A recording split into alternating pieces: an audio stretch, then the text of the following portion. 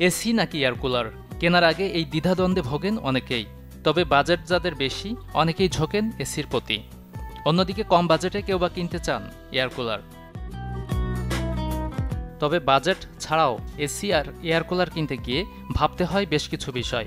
যেমন এই দুইয়ের মাঝে অনেকের কাছে ঝামেলার হলো এসি, কারণ মন চাইলে এটি টানাটানি করা যায় না, বা এক রুম থেকে আরেক রুমে যখন খুশি নেওয়া যায় না। অন্যদিকে এয়ার কন্ডিশনারে আবার ফিচার বেশি, ঘর ঠান্ডা করার পাশাপাশি আছে ডাস্ট ক্লিন করার মতো একাধিক ফিচার। পরিবেশগত দিক দেখতে গেলে এয়ার কুলার কার্বন নিঃসরণ করে না। এসি উচ্চমাত্রায় ক্ষতিকর এক ধরনের কার্বন নিঃসরণ করে। যাদের শ্বাসকষ্ট রয়েছে তাদের জন্য এয়ার কন্ডিশনারের চেয়ে এয়ার কুলার উত্তম হতে পারে। বিদ্যুৎ খরচের দিক থেকে এসি বেশ এগিয়ে। অন্যদিকে এয়ার কুলারে বিদ্যুৎ খরচ অনেকটাই কম।